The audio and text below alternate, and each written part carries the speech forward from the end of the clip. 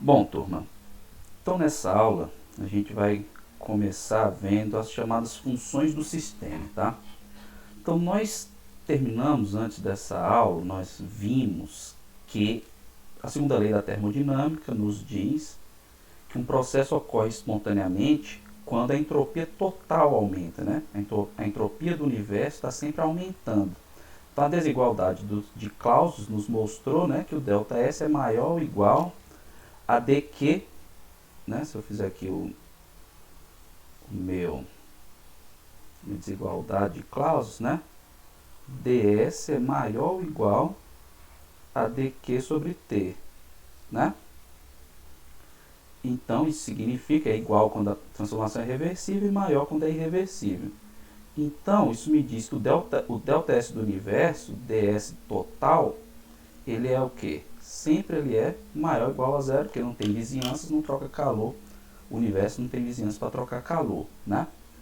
Então a entropia total em qualquer transformação ela sempre aumenta. Mas aí, se eu estou falando de entropia total, eu tenho que olhar para o sistema e vizinhanças, né? Então eu cheguei a mostrar para vocês alguns exemplos, exercícios, né, que a gente calculava a entropia do sistema e eu perguntava das vizinhanças. Então, para a gente fazer essa análise, a gente sempre tinha que olhar o sistema e as vizinhanças. Só que agora eu vou mostrar para vocês aqui alguns métodos que a gente olha apenas para o sistema. Por quê? Porque é muito simples calcular a variação de entropia das vizinhanças. Tá? A variação de entropia das vizinhanças é Q das vizinhanças sobre a temperatura das vizinhanças. Então, quando eu faço aquela análise que as vizinhanças elas são muito maiores, né, que o nosso sistema, então é um reservatório de volume constante. Né? E a temperatura também é constante. Eu posso usar, por isso que eu posso usar o teste da vizinhança, já posso usar o T direto, né? Porque senão eu tinha que fazer integral. A temperatura das vizinhanças permanece constante. Então, é possível imaginar um método simples de levar em conta automaticamente a contribuição das vizinhanças. E aí eu vou olhar só para o sistema, usar somente funções do sistema, tá certo? Então, como eu falei, a gente parte da desigualdade de Clausius, né? ds é maior ou igual a dq sobre t, que eu acabei de mostrar aqui para vocês, né? ds é maior ou igual a dq sobre t. Então, se eu passar isso aqui para o outro lado, se eu passar para o outro lado, vai ficar ds menos dq sobre t é maior ou igual a zero, certo? Supondo que o calor é trocado a volume constante, quem que vai ser esse meu dq? Se esse calor é a volume constante, o dq vai ser o dq a volume constante, que por sua vez é o du, tá certo? Então eu posso substituir o dq por du. Então, se ds menos du sobre t é maior ou igual a zero, significa que, aí agora já voltando para o outro lado, né? Vou fazer aqui de lado só para vocês acompanharem. Então, se eu passar de volta o du dt para o outro lado, eu tenho ds é maior ou igual a du sobre t, né? O que implica que, se eu multiplicar cruzado, né, TdS é maior ou igual a du. Eu posso fazer isso, multiplicar cruzado, porque eu sei que o T é positivo, tá bom? Então, eu tenho essa desigualdade aqui, ó. TdS é maior ou igual a du, tá certo? A partir dessa desigualdade, eu posso fazer as seguintes análises, né? Copiar de volta aqui, TdS é maior ou igual a du, tá certo? Então, eu posso agora analisar os casos nos quais U é constante e S é constante, tá? Se U é constante, du é igual a zero. Como T é sempre maior que zero, eu posso dizer que ds a U e V constantes é maior ou igual a zero, certo? Se isso aqui for zero, né, pessoal? Então, eu tenho que TdS é maior ou igual a zero. Ou, simplesmente, ds maior ou igual a zero, certo? Então, ds, a U constante, que foi a consideração que eu fiz agora, e a V constante, que foi a consideração que eu fiz aqui, né, ó, calor trocado a volume constante, nesse caso, ds é maior ou igual a zero. O que significa isso? Que em uma transformação em que a energia interna não muda, a energia interna do sistema fica constante, não muda, essa transformação vai ocorrer com aumento de entropia. Certo? Então, um sistema AV e U constantes, a entropia aumenta em qualquer processo espontâneo. Tá? Agora eu vou analisar outra situação. Vou escrever de novo aqui, TdS maior ou igual a zero, só que agora é uma transformação na qual a entropia é constante. Tá? Então, se a entropia é constante, ds é zero, certo? Vou escrever TdS maior ou igual a zero, TdS maior ou igual a du, né? Então, ó, nesse segundo caso aqui, o que é que eu tenho? Eu tenho ds igual a zero. Se ds igual a zero, 0 é maior ou igual a du, ou du é maior ou igual a menor ou igual a zero, né? Que está do lado do menor, é isso, du? Então, ó, em uma transformação na qual a entropia não muda e o volume é constante, a energia interna sempre diminui. A variação de energia interna sempre é menor ou igual a zero. Tá certo? Por que isso acontece? Aqui eu estou olhando só para o sistema, mas daqui eu vejo que isso aqui vai ser algo que ocorre nas vizinhanças. Tá? O que significa o du ser menor ou igual a zero? Se a entropia do sistema não muda, tá? A entropia do sistema não muda. E eu tenho uma transformação espontânea, como a entropia total tem que aumentar, se a do sistema não muda, das vizinhanças tem que aumentar. E de que maneira que a entropia das vizinhanças aumenta? Quando chega calor nas vizinhanças. Para chegar calor nas vizinhanças, o sistema tem que liberar calor para as vizinhanças. E essa liberação de calor implica que o ΔU tem que ser negativo. Calor liberado é ΔU negativo. Tá certo? Então, é o que está dizendo aqui nesse segundo tópico aqui. Se a entropia e o volume de um sistema forem constantes, a energia interna deve diminuir em uma transformação espontânea. Por quê? Porque o calor vai ser cedido para as vizinhanças para que aumente a entropia das vizinhanças. Tudo bem, turma? Essa mesma análise que eu acabei de fazer considerando um sistema a volume constante, eu posso fazer considerando um sistema a pressão constante. Então, se o calor é trocado a pressão constante, agora o meu dQ, a pressão constante, é o dH. Né? O calor trocado a pressão constante é a variação de entalpia. Não é isso? Então, do mesmo modo que eu fiz lá para a energia interna, o meu TdS agora é maior ou igual ao dH. Tá? E aí, de novo, eu posso fazer as duas análises, né? TdS é maior ou igual a dH, né? Se o dH é zero, o que significa? ds maior ou igual a zero. Então, mesma interpretação lá da energia interna. Se uma transformação ocorre a pressão constante e entalpia constante, a entropia do sistema é maior ou igual a zero. A entropia do sistema aumenta. Então, a entropia do sistema aumenta em processos espontâneos nos quais a pressão permanece constante e a entalpia permanece constante. Certo? Então, para que o processo seja espontâneo, tem que haver um aumento da entropia. E de maneira similar, se o meu, de novo escrevendo aqui, TdS maior ou igual a dH, né? Se o ds for zero, entropia constante, significa que o dH é menor ou igual a zero. Então, numa transformação que ocorre a pressão constante, que a entropia do sistema permanece constante, o ΔH tem que ser negativo. A entalpia do sistema tem que diminuir. Por quê? Porque se a entropia do sistema permanece constante, a das vizinhanças tem que aumentar. Como que ela aumenta? Liberando calor. Se é a pressão constante, calor a pressão constante é quem? ΔH. Então, ΔH tem que ser negativo para ocorrer essa liberação de calor para as vizinhanças. Tá certo? Então, de maneira geral, o que precisa acontecer para uma transformação ser espontânea? du menos TdS tem que ser menor ou igual a zero, né? De novo, aquela nossa desigualdade lá.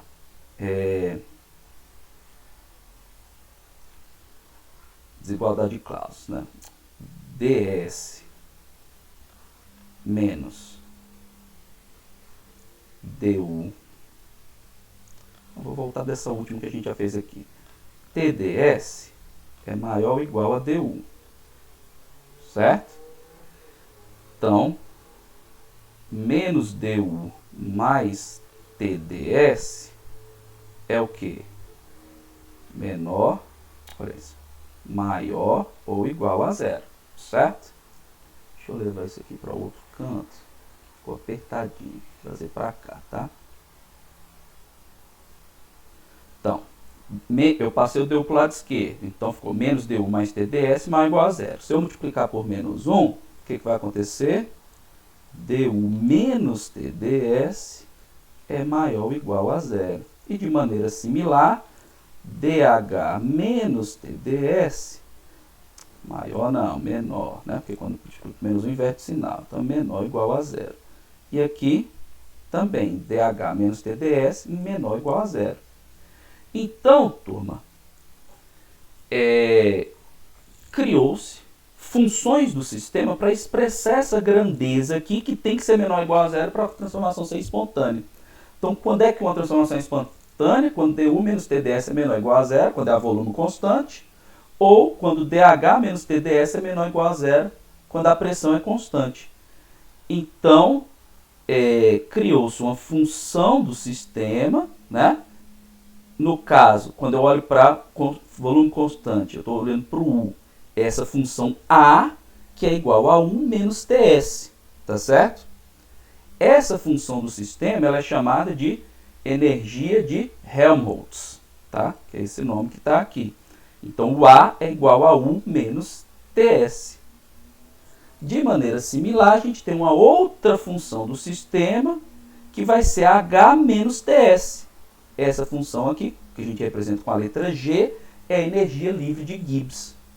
Tá certo? Então, analisou-se que para uma transformação ser espontânea, eu tenho que ter essas condições aqui, né? du menos TdS menor ou igual a zero quando o volume constante. Ou dH menos TdS tem que ser menor ou igual a zero quando a pressão é constante. Então, a gente cria essas funções de estado, que são funções apenas do sistema, para eu olhar para elas quando eu quero determinar se uma transformação é espontânea ou não, tá? Então, se a transformação é isotérmica, aí vale o meu dA igual a du menos TdS e dG igual a dH menos TdS, né? Eu fiz a diferenciação, né, dessa equação aqui da definição da energia de Helmholtz e da energia de Gibbs, né? Se eu diferenciar essa equação, vai ficar, vou fazer aqui rapidinho, só uma delas, por exemplo, se eu fizer dA, quem é dA?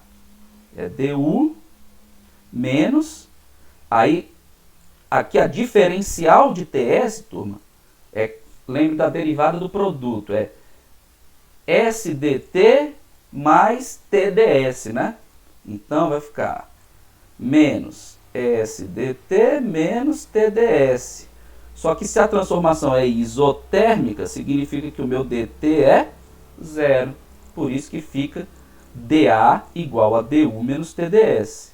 Se eu fizer a mesma coisa para a energia de Gibbs, dG é igual a dH menos TdS. Tá? Então, como TdS é maior ou igual a du, né? Que a gente viu aqui, TdS maior ou igual a du. E TdS é maior ou igual a dG, dH, que a gente viu aqui, significa que para uma transformação espontânea que ocorre a volume e temperatura constantes, o dA é menor ou igual a zero, ou o ΔA é menor ou igual a zero. E para uma transformação espontânea que ocorre a pressão e temperatura constantes, o dG é menor ou igual a zero, ou o ΔG é menor ou igual a zero. Então, por meio da criação dessas duas funções de estado, a gente consegue olhar para elas, somente para elas, sem precisar olhar para as vizinhanças, e definir se uma determinada transformação vai ser espontânea ou não sob determinadas condições. Então, eu consigo, através dessas funções de estado, A e G, dA ou dG, ΔA ou ΔG, determinar se a transformação vai ser espontânea ou não. Se a transformação ocorre a volume e temperatura constantes, ΔA menor ou igual a zero significa que a transformação é espontânea. Se a transformação ocorre a pressão e temperatura constantes, ΔG menor ou igual a zero significa que a transformação ela é espontânea, tá certo? Bom, turma, então vamos ver aqui uma interpretação aqui desse dA igual a du menos TdS em termos de entropia do sistema e de vizinhanças, tá? O que a gente tem aqui é o seguinte, se a gente pegar essa equação dA igual a du menos TdS e dividir por t, né? Peguei aqui, ó, dA igual a du menos TdS. E aí eu pego e divido por t aqui e aqui. O que vai acontecer? Esse t cancela com esse t e o que eu vou ter é dA sobre t é igual a du sobre t menos ds, certo? E isso aqui tem que ser menor ou igual a zero, tudo bem? Então vamos interpretar aqui. Se a gente interpretar direitinho, esse ds aqui é a entropia do sistema. E o menos du sobre t é a entropia das vizinhanças, né? Por que menos du sobre t? Porque se o sistema libera calor, a vizinhança ganha. Se o sistema recebe calor, a vizinhança está perdendo. Então por isso que é o menos du sobre t que tem que ser, que é negativo. Menos du sobre t, que é a entropia das vizinhanças. Eu coloquei aqui a chavezinha, mas seria o menos. Então, o que acontece aqui, turma? Se esse ds for maior que zero, o que significa? Que a entropia do sistema está aumentando. Se o ds for menor que zero, a entropia do sistema está diminuindo. Então, se esse ds aqui for menor que zero, for negativo, esse termo aqui vai ser positivo, né? Se a entropia do sistema diminui, vamos pensar primeiro qualitativamente, depois a gente volta para a equação. Se a entropia do sistema diminui, a das vizinhanças tem que aumentar obrigatoriamente, né? Para a variação de entropia total ser maior que zero, não é isso? Então, como que isso está contemplado aqui nessa equação aqui, que é do nosso dA aqui? A entropia do sistema diminuir significa que o ds é menor que zero. Então, esse termo aqui, ó, vai ser positivo, certo? Então, para esse resultado aqui dar negativo, esse du sobre t tem que ser negativo. O t eu sei que é negativo, né? Por quê? Isso aqui, matematicamente, tem que ser negativo mesmo, para poder o saldo aqui dar negativo. E qualitativamente, o que significa du sobre t ser negativo? Significa que o ΔU é negativo e que ele está liberando calor para as vizinhanças. Certo? E aí, a entropia total está aumentando. Agora, vamos analisar a situação que a entropia do sistema aumenta. Tá? Então, vou escrever de novo aqui. Tá? du sobre t menos ds menor ou igual a zero. Se a entropia do sistema aumenta, esse ds aqui é maior que zero. Então, esse termo aqui vai ser negativo. Se esse termo aqui é negativo, esse outro pode ser positivo ou pode ser negativo, né? Desde que esse aqui vença, digamos assim. Então, vamos imaginar o caso que esse termo aqui é positivo, tá? Mas no final isso aqui dá menor que zero. O que significa esse termo aqui ser positivo? Que a energia interna do sistema está aumentando, que o ΔU é maior que zero, tá certo? Então, a energia interna do sistema está aumentando.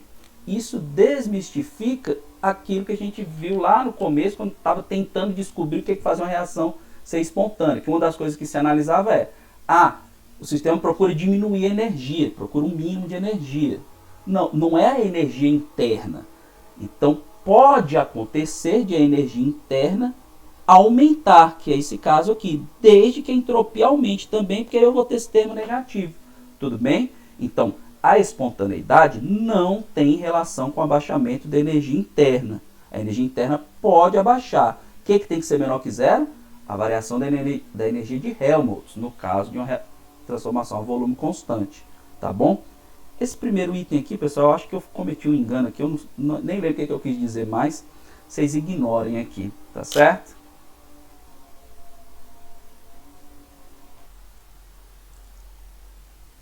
Agora, turma, nós vamos ver que a energia de Helmholtz, além de ela ser fundamental para que a gente analise se uma transformação vai ser espontânea ou não, ela tem um outro significado físico, tá? Que nós vamos começar combinando essas equações aqui, tá, turma? Eu vou criar uma página nova aqui. Uma página em branco. Deixa eu ver se vai criar depois dessa aqui. Não, criou não. Eu vou criar uma página em branco para eu demonstrar isso aqui, tá, pessoal? Como eu costumo fazer em sala, né? Tá no slide, mas é interessante eu fazer aqui para vocês acompanharem, tá bom? Então, turma, vamos fazer a demonstração aqui, né, desse significado físico da energia de Helmholtz. Então, toda essa nossa análise começou lá atrás dessa relação aqui. Até para chegar na definição da energia de Helmholtz, de Gibbs, a gente começou disso aqui, ó. TdS é maior ou igual a dQ. Certo? Pela primeira lei da termodinâmica, du é igual a dQ mais dW, certo? Então, o que significa isso? Se du é igual a dQ mais dW, dQ é du menos dW. Então, eu posso substituir aqui na minha equação, né?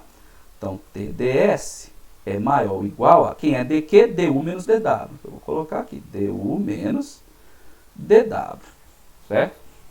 Eu quero saber qual é o trabalho máximo que o meu sistema pode realizar. Então, eu vou isolar o dW. Como que eu vou isolar o dW?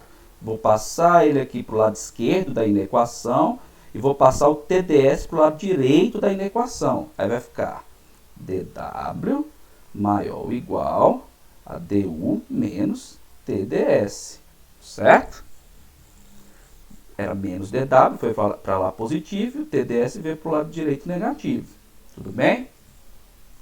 Mas quem é du menos TdS, pessoal? Du menos TdS é o meu dA.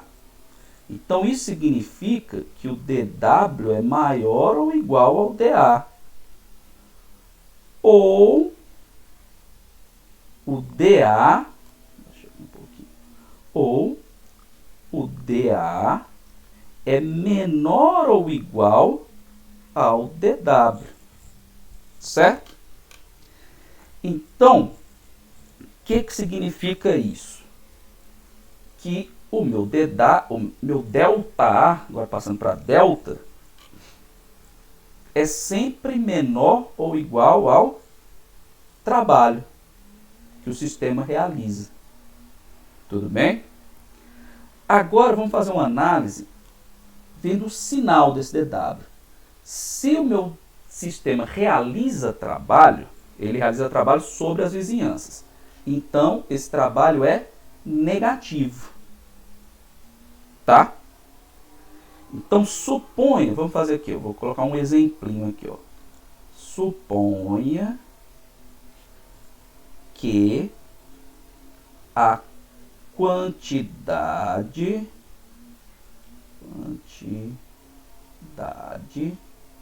máxima de trabalho que o sistema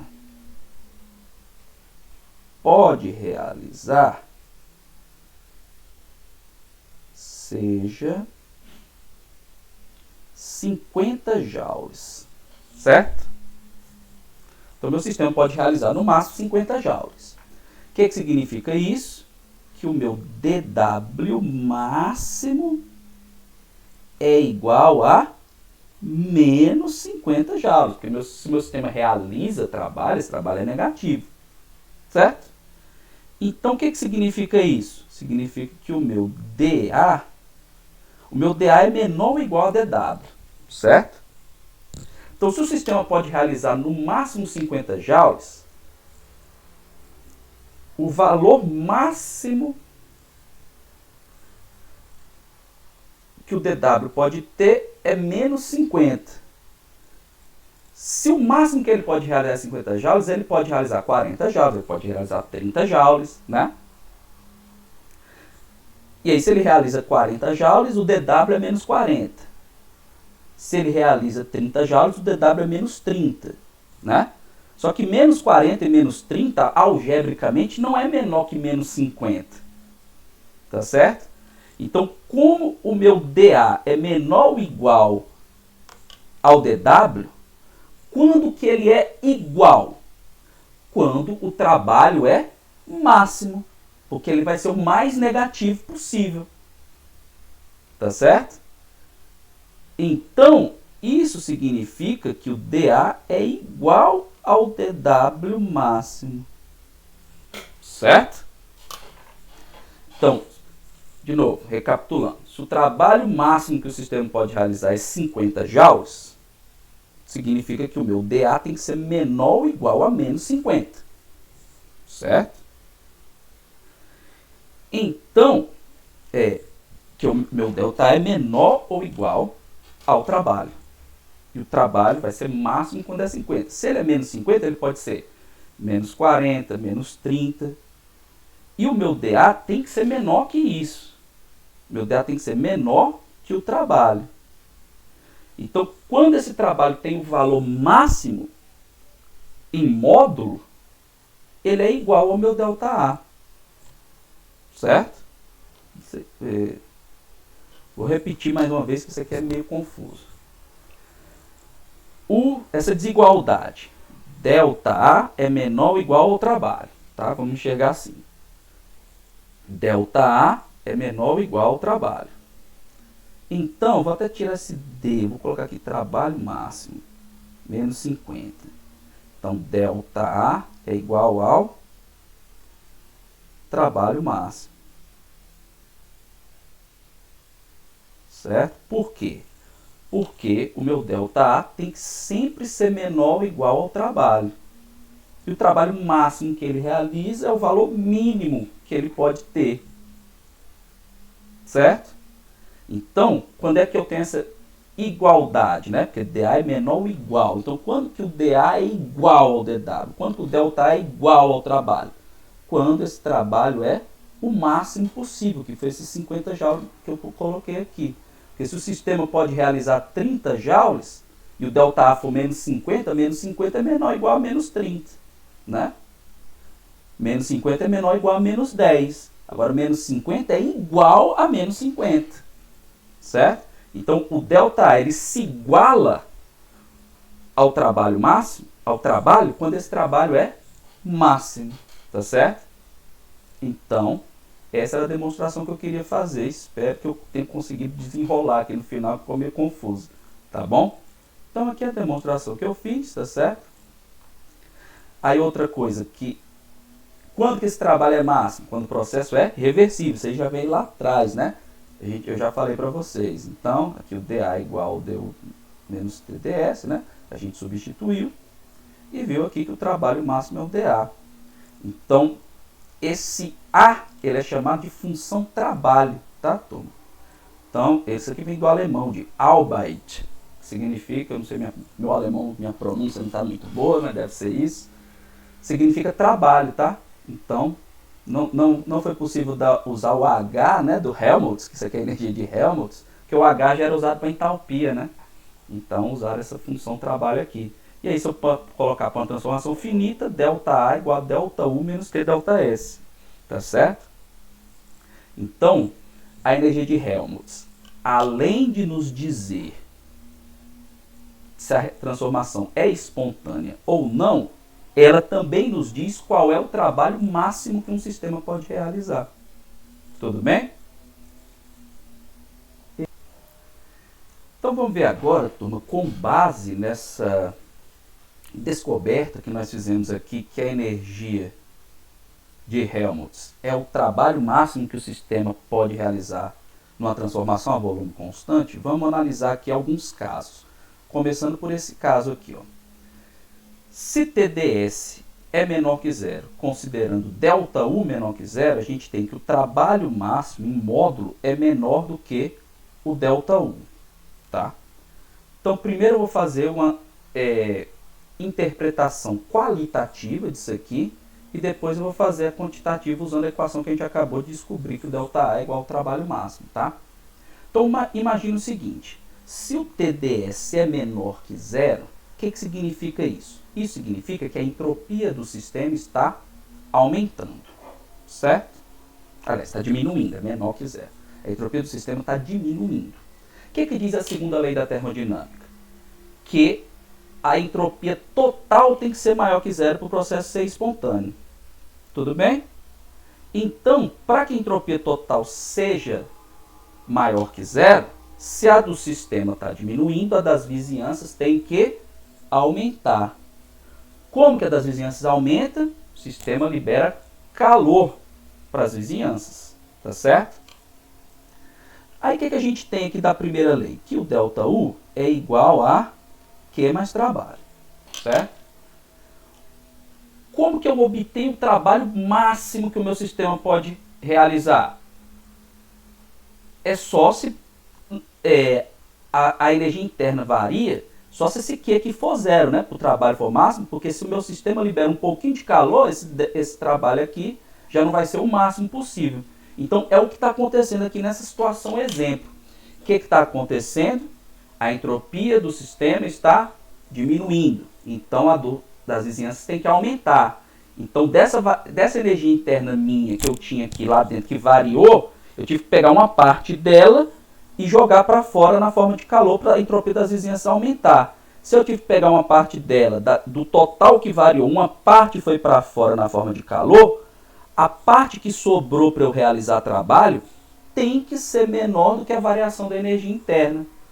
Então é isso que eu estou dizendo aqui. O trabalho máximo que o meu sistema pode realizar em módulo, né? Porque quando o meu sistema realiza trabalho é negativo, tem que ser menor que a variação da energia interna. Tudo bem, turma? Então, qualitativamente, ΔU é Q mais trabalho. Se a entropia do sistema diminui, a das vizinhanças tem que aumentar. Como que a das vizinhanças aumenta? Eu pego parte da minha energia interna e joguei para fora na forma de calor. Então, o que sobrou para eu realizar trabalho tem que ser menor ou igual a essa variação da energia interna. Tá certo? Então, isso eu posso ver na equação. ΔA é igual a ΔU menos TdS. Certo? O que vai acontecer aqui? Imaginando, esses caras são tudo negativo. Certo? São tudo negativo. Como esse TdS é negativo, certo? Significa que esse termo aqui todo é positivo. Certo? Então, o que vai acontecer? O ΔU, que é negativo, eu somei com uma coisinha, certo? Positiva. Então, se eu somei esse ΔU com uma coisinha positiva, esse valor aqui, esse valor do trabalho máximo vai ter que ser menor ou igual ao ΔU, né? Por quê? Porque eu peguei o ΔU e somei uma coisinha aqui, que no caso eu tirei em módulo, né? Que foi esse trabalho que eu joguei para as vizinhanças. Então, esse cara aqui, que é o trabalho máximo, que o sistema pode realizar, quando eu pego o módulo dele aqui, ele tem que ser menor do que o ΔU. Porque eu tenho esse outro termo aqui que está descontando uma coisa do ΔU, tá certo? Imaginando aqui que é tudo negativo. Então, né, quando eu somei um valor aqui, eu diminuí o módulo desse cara. Então, esse cara, como ele é igual ao ΔU menos TdS, esse trabalho aqui vai ser menor que o ΔU. Se o ΔU tivesse sozinho, se eu não tivesse esse termo aqui, né? Se eu escondesse, ele ia ser igual ao ΔU. Mas como tem esse termo aqui, então meu trabalho máximo é menor que o ΔU. Mas aqui é só para mostrar que a equação corrobora com o que a gente viu lá atrás, olhando só para a entropia. Olhando só para a entropia do sistema, olhando para a entropia do sistema e vizinhanças. Para a transformação ser espontânea, entropia total tem que ser maior que zero. Se a entropia do meu sistema é menor que zero, das vizinhanças tem que aumentar. Como que aumenta? Eu tenho que jogar um pouquinho de calor para fora. Então sobrou menos energia para eu realizar trabalho. Tudo bem? Continuando. Se o TdS é maior que zero, considerando o ΔU menor que zero ainda, né? O que vai acontecer? Primeira interpretação qualitativa. Se TdS é maior que zero, é porque a entropia do sistema está aumentando, tá? A energia do sistema está aumentando. Então, se a energia do sistema se a entropia do sistema está aumentando, a das vizinhanças pode diminuir. Ela não obrigatoriamente tem que aumentar. Ela pode diminuir. Como que a entropia do sistema pode diminuir? Que a entropia das vizinhanças pode diminuir? Se ela pegar e jogar calor para dentro do sistema. Então, se ela joga calor para dentro do sistema, o meu sistema pode realizar um trabalho maior do que seria a variação da energia interna. Tá certo? De novo, se eu pego aqui, ó, ΔU é igual a Q mais trabalho. Se esse Q agora é negativo para as vizinhanças, ele é positivo para o sistema, né? Então isso aqui é um número positivo, tá? Então o meu trabalho é quem? É ΔU menos Q, né? Então o que significa isso? Que o trabalho que eu posso realizar vai ser maior do que o ΔU, porque está entrando um Q aqui, tá certo? Imaginando que esse meu trabalho é negativo, né? Isso aqui é confuso, turma, por causa dessa questão do sinal. Por isso que os livros de física às vezes trocam o sinal do trabalho, para poder o trabalho, quando o sistema realiza trabalho, ser positivo. Porque quando a gente vai fazer essas análises qualitativas, fica mais fácil. Mas imagine o seguinte, isso aqui, o trabalho que o sistema realiza é um valor negativo, né? Certo? Se esse Q é positivo, ΔU menos um número positivo vai ficar mais negativo ainda. Então, meu sistema pode realizar mais trabalho do que a variação de energia interna. Por isso que o trabalho máximo é maior que o ΔU. Então, qualitativamente agora, o que significa isso? Significa que se o meu sistema aumenta a entropia, ele está no lucro. Aumentar a entropia significa que ele está no lucro. Está no lucro de quê? Se ele está aumentando a entropia, para a entropia total ser maior que zero, das vizinhanças, não precisa aumentar, ela pode diminuir. Como que ela pode diminuir? Entrando energia no sistema. Então, se entra energia no sistema, significa que eu posso realizar mais trabalho. Então, a quantidade de trabalho máximo que eu posso realizar é maior do que a variação de energia interna, porque eu tenho essa entrada de energia no sistema por conta da entropia das vizinhanças, que pode diminuir. Tá certo? Aí, de novo, fazendo aquela associação com a equação, ΔA é ΔU menos TΔS, né? Aí, agora, esse meu termo aqui, eu sei que isso aqui tem que ser menor que zero, né? Tem que ser menor ou igual a zero. Tá? Agora, esse meu termo aqui é positivo, então esse termo aqui todo é negativo, tá certo? O meu ΔU é negativo também, meu ΔA é negativo também. Só que o meu ΔA pode ser em módulo maior do que o ΔU, que esse cara aqui é o trabalho máximo, né? O trabalho máximo, né? Pode ser maior do que o ΔU, porque eu vou ter o ΔU ganhando alguma coisa aqui do aumento de entropia do sistema. Então, essa soma aqui vai ser maior do que o ΔU. Então, por isso que o módulo do trabalho máximo é maior, né? Que o módulo do ΔU. Tá certo? Então, mais uma vez, isso aqui é, quando você olha sinal, equação, é confuso. Então, pense o seguinte, se a entropia pensando qualitativamente, se a entropia do sistema aumenta, a das vizinhanças tem que aumentar. Então, tem que pegar parte da minha energia e dar para as vizinhanças. Então, tem menos trabalho para eu realizar. Agora, se a entropia do sistema aumenta, significa que eu posso ter uma diminuição das vizinhanças com entrada de energia no sistema. Então, a energia que eu tenho para realizar trabalho é maior que a variação de energia interna. Tá certo? Então, aqui está um exemplo. Quando se oxida 1 mol de C6H12O6 a dióxido de carbono em água a 25 graus Celsius, as medições calorimétricas dão ΔU da reação igual a menos 2.808 kJ por mol e ΔS da reação igual a mais 259,1 Joule por Kelvin por mol a 25 graus Celsius. Que energia é possível aproveitar? A, na forma de calor a pressão constante, e B, na forma de trabalho. Então, como eu fiz nos outros vídeos, eu peço que vocês pausem, tentem resolver e depois olhem a resolução. Tá certo? Então, turma, a resolução aqui é a seguinte. Eu tenho que interpretar o que ele está me perguntando. Que energia é possível aproveitar? A, na forma de calor a pressão constante. Aí eu lembro. Quem é o calor a pressão constante? É a variação de entalpia. Então, no item A, eu estou pedindo o ΔH. No item B, eu estou perguntando qual é a energia que é possível aproveitar na forma de trabalho. Então, o trabalho máximo, a energia que eu posso aproveitar na forma de trabalho é o trabalho máximo que o meu sistema pode realizar. Quem é o trabalho máximo que o meu sistema pode realizar? A volume constante, ΔA. Então, eu estou pedindo ΔH e ΔA, mas dizendo os nomes dos significados deles, né? Não dizendo explicitamente ΔH e ΔA. Como que eu calculo ΔH? Então, fazendo aqui a letra A, o ΔH eu calculo como? ΔH é igual a ΔU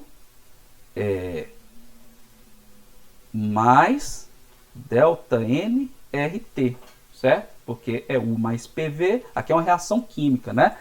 Então, quem que é responsável pela variação de volume? A variação na quantidade de matéria, tá certo? Então, quando eu tenho uma reação química, né?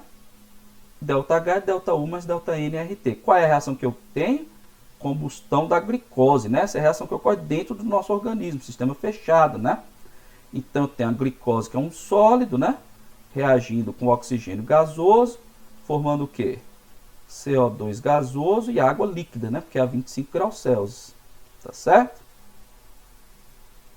Então, turma, fazendo o balanceamento aqui, ó, aqui fica 6, aqui fica 6, aqui fica 6 também, né? Então, ΔN para essa reação aqui vai ser quanto? 6 menos 6, 0, né? Então, o ΔN é igual a 0.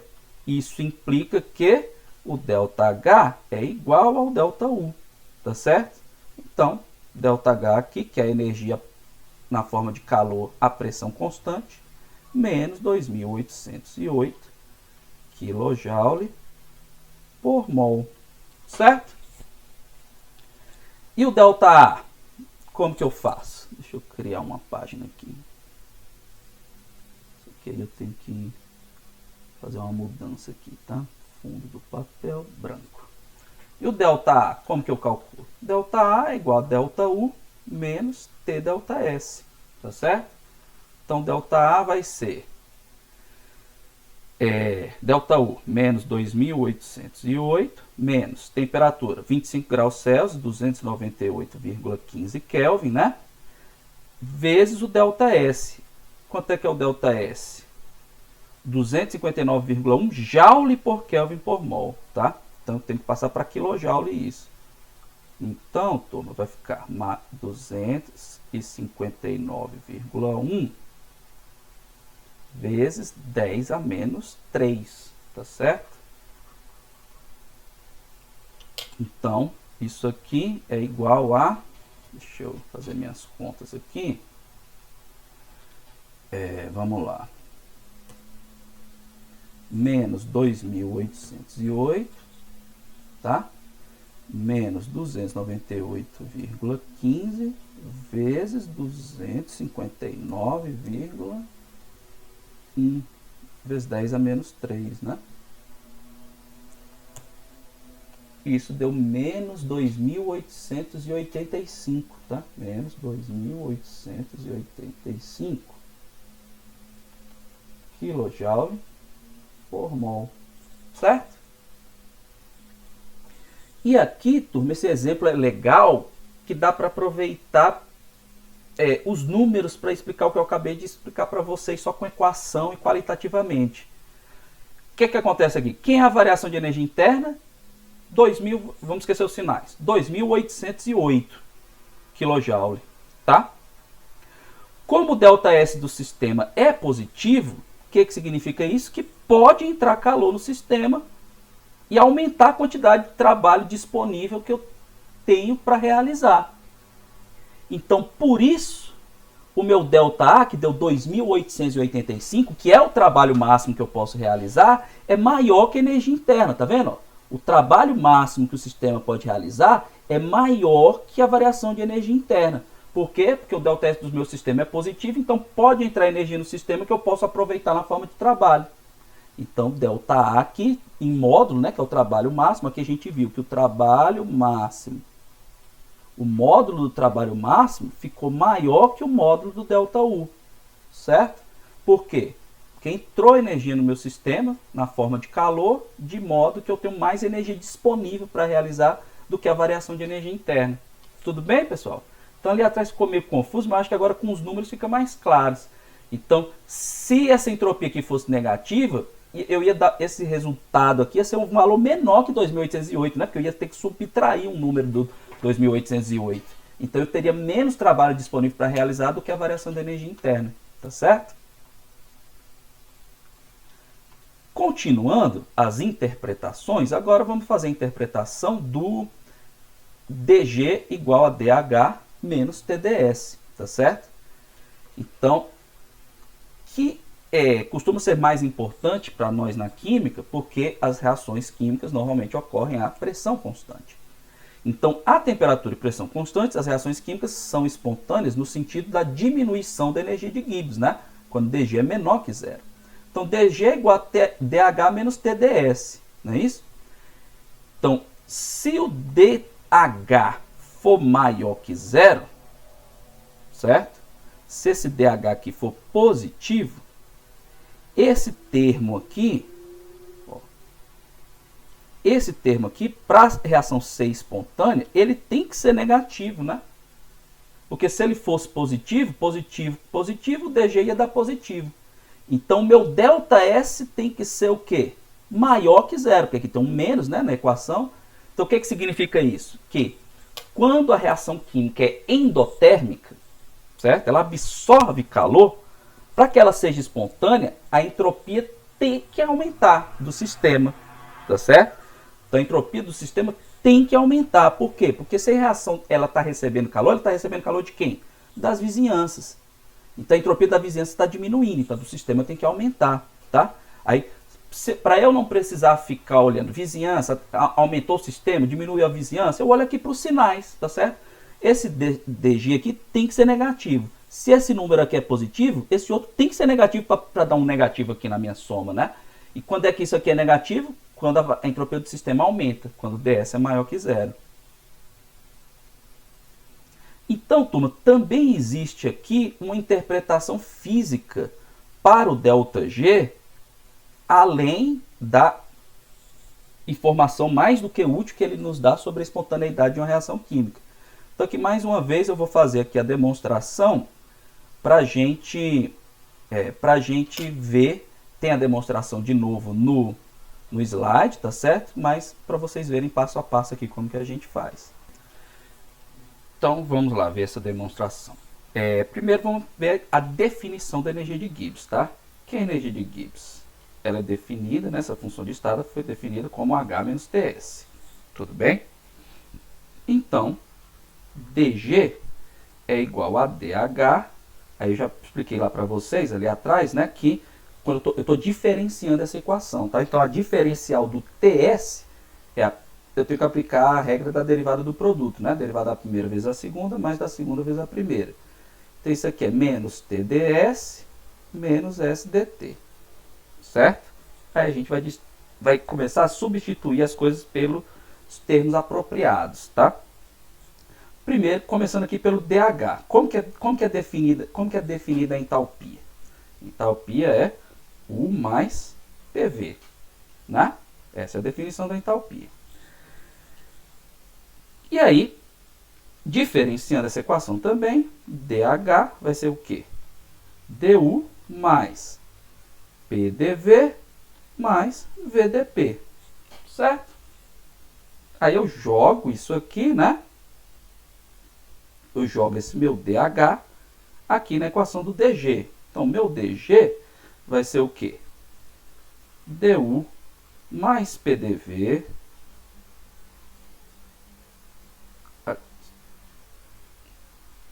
é DU mais PDV mais VDP menos TDS menos SDT, certo? E agora eu vou pegar o meu DU. Quem é DU? DQ mais DW, certo? DU é DQ mais DW. Então, vou substituir de novo no DG. Como é que vai ficar meu DG aqui agora? DQ mais DW mais PDV mais PDV mais VDP menos TDS menos SDT, certo? Aí, SDT, né?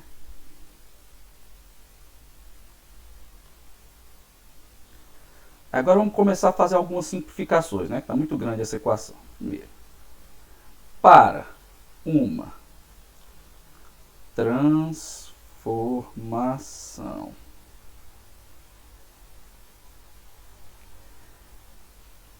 isotérmica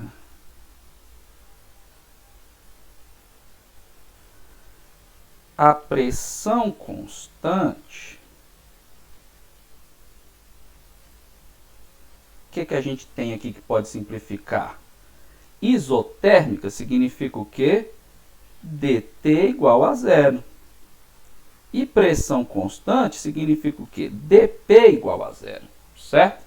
Então, todos os termos que tem DP e DT são zero, que são esses aqui, né? VDP e SDT. Então, pessoal, meu DG vai ficar DQ mais DW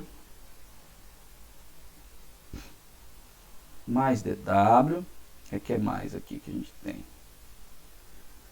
Mais PDV, mais VDP aqui deu zero, né? Então, vai ficar menos TDS e o SDT é zero, certo? Aí agora vamos considerar outra coisa. Para uma transformação reversível, o que a gente tem? A gente tem que DG vai ser DQ reversível mais DW reversível mais PDV menos TDS, certo? Acontece que para uma transformação reversível, DS é definido como DQ reversível sobre T, não é? O que implica que DQ reversível é igual a TDS, certo? E o DW reversível é o trabalho máximo que o sistema pode realizar, tá bom? Lá atrás a gente definiu dois tipos de trabalho que a gente vai usar agora aqui, que são trabalho de expansão e trabalho de não expansão, tá certo? Então esse DW ele vai ser o meu DW reversível de expansão mais o DW reversível, que eu vou chamar aqui de extra, tá? Que é o trabalho diferente do trabalho de expansão, certo? Aí eu vou pegar e substituir essas coisas. Ah, não, antes de substituir essas coisas, esse DW reversível de expansão eu sei quem é. Esse cara aqui, turma, que a gente viu, transformação, trabalho de expansão numa transformação reversível é aquele no qual a pressão externa é igual à pressão do sistema em todos os pontos. Então esse cara aqui é menos PDV, certo? Então agora eu vou substituir. Quem vai ser o meu DG? Vamos lá. DG é igual. DQ reversível, mas a gente viu que o DQ reversível é TDS. Mais DW reversível, só que o DW reversível é menos PDV menos PDV, mais o meu trabalho extra reversível. Tudo bem? Então, substituir o dQ e o dW. E agora eu continuo com o que eu tinha na equação, mais PDV menos TDS. Olha o que aconteceu aqui, coisa linda. TDS cancela com menos TDS, menos PDV cancela com PDV. O que sobrou?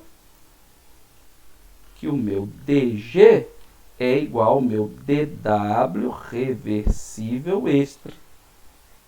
Então, meu DG aqui tem um significado físico. Qual é o significado? Variação da energia livre de Gibbs, como trabalho reversível é o trabalho máximo, né, que o sistema pode realizar. Então, a variação da energia de Gibbs é o trabalho máximo diferente do de expansão que o meu sistema pode realizar.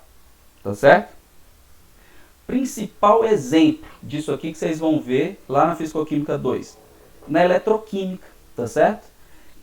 Numa transformação eletroquímica, né, numa pilha ou numa eletrólise, o trabalho elétrico, né, por exemplo, a pilha, ela gera energia, né, para as coisas funcionarem, e ali está acontecendo uma reação química. Então, aquela reação química está produzindo trabalho. E aquele trabalho não é de expansão, é um trabalho elétrico. Então, aquele trabalho lá, turma, é esse cara que é o trabalho extra diferente do trabalho de expansão. E ele é igual ao ΔG da reação. Então, vocês devem ter visto já em química geral aquelas equações que realizam ΔG com ΔE da pilha, né? ΔG igual a menos NF ΔE. De onde que vem isso? Vem daqui, tá? Que é o trabalho diferente, o trabalho elétrico, né? Que é um trabalho diferente do de expansão, é o ΔG da reação, tá certo? Isso é muito importante, principalmente em eletroquímica.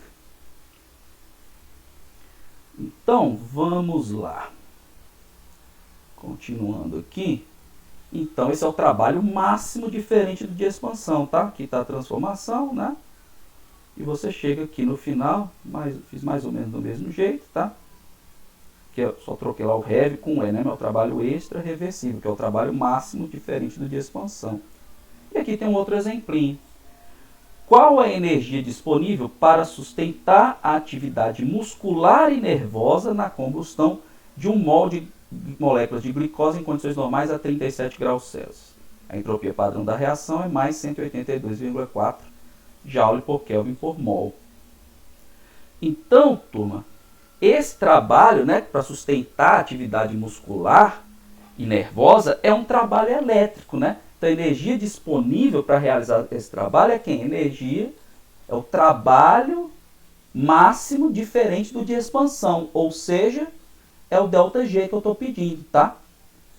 Então, de novo, eu peço para parar e responder, mas aqui eu já comecei falando, então já vou continuar aqui. Então, a pergunta que ele está fazendo aqui, está perguntando pelo significado físico, mas ele está perguntando quem? O valor de ΔG, tá certo? E aí, como que eu calculo ΔG? ΔG é ΔH menos TΔS, tá certo? E aí, quem é o ΔH? Essa reação aqui, turma, é a combustão da glicose, né? Combustão da glicose, que é a mesma desse exemplo. Cadê? Onde foi que eu fiz o exemplo? Aqui. É a mesma desse exemplo. Nesse exemplo, a gente viu que o ΔH é igual ao ΔU, que é menos 2.808, tá? Ah, por que o ΔS está diferente? Porque esse ΔS aqui é a 25 graus Celsius. E lá eu estou analisando a 37 graus Celsius, que é a temperatura do corpo. Ah, mas o ΔH não vai mudar? Vai mudar, mas é pouco, tá? A entropia depende mais da temperatura. Então, o ΔH a 37 graus Celsius, para eu calcular o valor exato, eu tenho que usar a lei de Kirchhoff, usar a capacidade calorífica, né? Mas eu vou simplificar aqui nesse exemplo. Então, eu vou usar lá o ΔH 25 graus Celsius, que não é muito diferente desse valor. Tá bom? Então, voltando lá no nosso exemplo. Deixa eu colocar aqui de novo. Visualizar no melhor ajuste. Pronto. Então, substituindo, ΔG vai ser menos 2.808. 2.808 menos T, que é 37 graus Celsius, isso aqui vai dar 310,15 Kelvin, vezes a entropia, que é 182,4 joule por Kelvin por mol. Esse meu ΔG, que vai ser o trabalho máximo que pode ser realizado diferente do de expansão, vai ser, deixa eu fazer as continhas aqui, menos 2.808 menos 310,15 vezes 182,4, aí eu já ia me esquecendo aqui, ó, vezes 10 a menos 3, porque aqui é joule e aqui é quilojoule. Então cuidado quando estiver calculando ΔG e ΔA, turma, que normalmente os valores de ΔH e ΔU estão em quilojoule, e o de ΔE é 100 joule, tá? Então, isso aqui vai dar menos 2.865, tá? Menos 2.865 kJ por mol. Tudo bem? Então, esse, turma, é o trabalho máximo que o sistema pode realizar, diferente do de expansão. Então, na forma de energia elétrica aqui para chegar nos nossos músculos, né, e a gente realizar atividade muscular e nossos neurônios, né, para a gente poder pensar e resolver os problemas de físico-química, tá certo?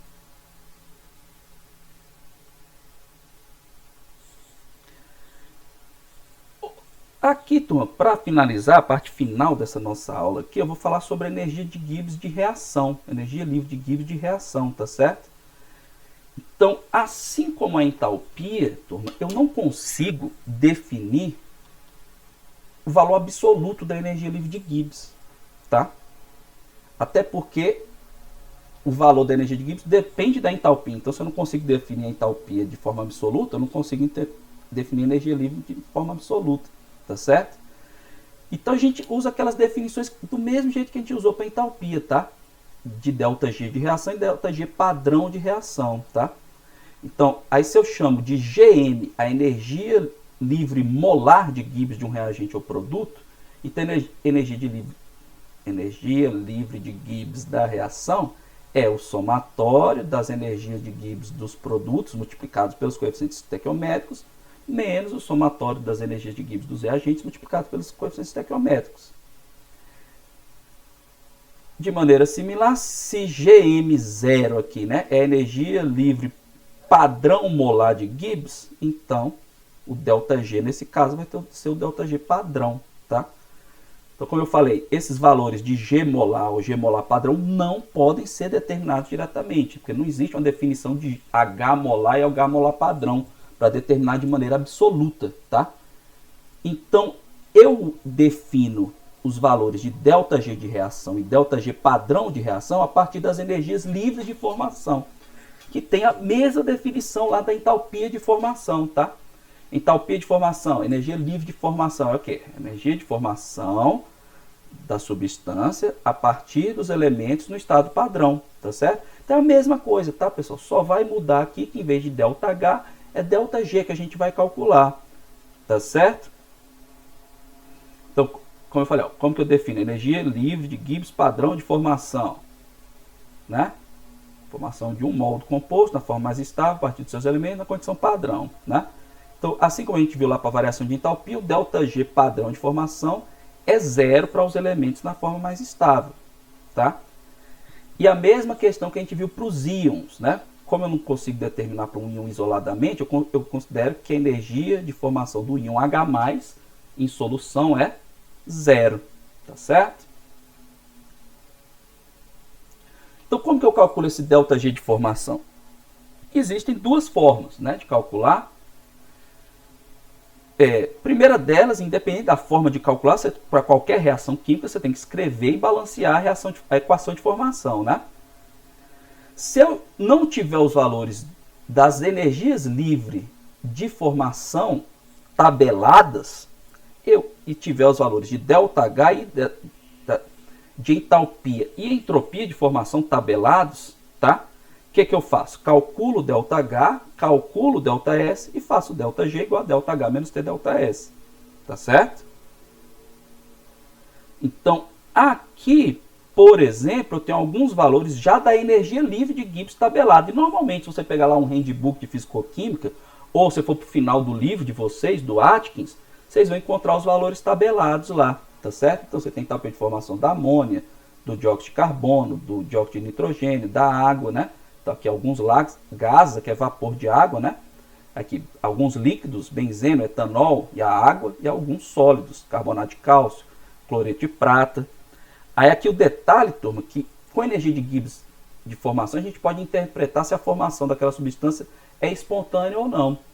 Então, formação da amônia é espontânea, do dióxido de carbono é espontânea, agora do dióxido de nitrogênio não é espontânea, tá vendo? É mais 51,3. Formação do benzeno também não é espontânea, mais. Então aqui, formação do dióxido de nitrogênio não é espontânea, porque para isso você tem que reagir o nitrogênio com o oxigênio. Então o nitrogênio tem uma ligação tripla, que é muito forte, tem uma energia muito alta. Você tem que quebrar a energia dessa ligação tripla. Você tem que quebrar a energia, quebrar a ligação tripla e a energia é alta. Então é de se esperar que não seja espontânea a formação desse composto. Tá certo? A da amônia é porque já é fácil quebrar do hidrogênio. A do nitrogênio é difícil, mas a do hidrogênio é fácil. O benzeno, quando ele se forma, tem a ressonância que estabiliza ele, então é difícil de formar aquele anel fechado com as 3 ligações duplas. Então dá para a gente fazer algumas interpretações, né? Então, se eu tenho, como eu tinha essa tabela já com as energias livres de formação, é fácil eu calcular o ΔG de formação. É só calcular energia livre do produto multiplicado pelos coeficientes estequiométricos menos a dos reagentes multiplicados pelos coeficientes estequiométricos. Tá certo? Então, se eu tenho já a energia livre tabelada, beleza, simplesinho de calcular. Se eu não tenho, calculo o ΔH da reação, ΔS da reação e aí calculo o ΔG. Tá certo?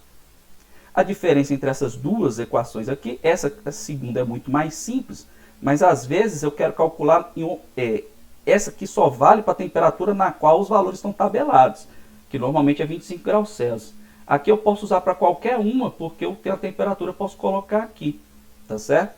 Então essa última reação leva um resultado mais rápido, ela não expressa, porém ela não expressa a temperatura, a dependência da temperatura no ΔG da reação. Tá bom? E aí aqui eu tenho um exemplinho, né? Calcular o ΔG da reação a 25 graus Celsius para a reação 2Al2O3 sólido mais 3 carbono grafite sólido, formando 3 CO2 gasoso mais 4 alumínio sólido. Tá? Aqui eu não coloquei os valores, né? É porque aqui eu já resolvi. Então, essa aqui eu vou mostrar. Tentem fazer, né? Mas no enunciado eu não coloquei os valores das entalpias. Aliás, das energias livres de formação desses compostos. Mas aqui, a do dióxido de carbono, ela é menos 394,36 kJ por mol. E a do óxido de alumínio, ela é menos 1582,3 kJ por mol. Tá certo? Carbono grafite é substância simples na forma mais estável, elemento na forma mais estável é 0. E o alumínio sólido também, o elemento na forma mais estável é 0. Tá bom? Então, meu ΔG vai ser simplesmente 3 vezes a energia de formação do CO2 menos 2 vezes a energia de formação do Al2O3. Está feito aqui, o resultado dá 1981,5 kJ por mol positivo. Se é positivo, o que significa? A reação não é espontânea a 25 graus Celsius nas condições padrão. Tá certo? E aqui um exemplo para vocês calcularem. Aquele exemplo para ver como calcula e esse para vocês calcularem.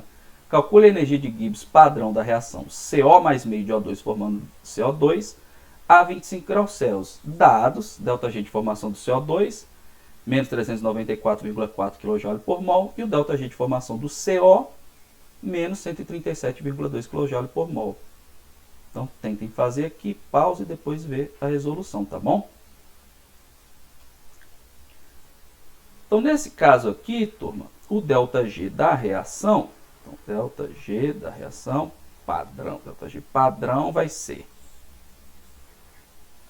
o ΔG de formação padrão do CO2, né? Menos o ΔG de formação padrão do CO mais o ΔG de formação padrão do O2, certo? Aí a gente sabe que esse cara aqui ele é zero, né? Então, o que sobra para a gente? Sobra que o ΔG da reação vai ser, na verdade aqui dá mais meio, né? Quando dá zero não vai ter problema. Vai ser simplesmente menos 394,4 menos 137,2, certo?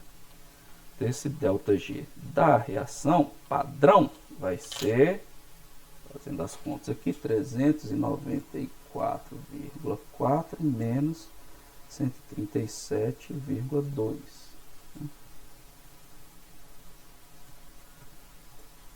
Que vai dar menos 257,2 kJ por mol. E isso aqui é uma reação espontânea, né? Porque o ΔG deu negativo. Tudo bem? Então, turma, vamos parar por aqui, tá? E aí na próxima aula a gente retoma combinando a primeira e a segunda lei da termodinâmica, que a gente vai ver um monte de consequências importantes disso daí, tá certo?